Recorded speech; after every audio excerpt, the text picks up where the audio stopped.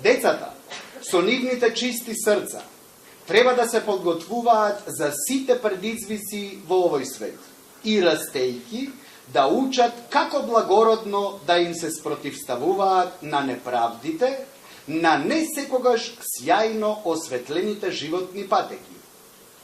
Приказните и ликовите, представени преку алатките кои ги нуди театарот, се неисцрпна инспирација за едукативните процеси, но и за личното, интимно созревање.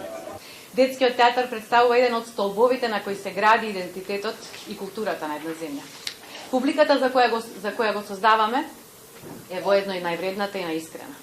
И затоа имаме света обврска кон создавањето на овие представи и да кон нив да пристапиме со најголема посветеност и љубов.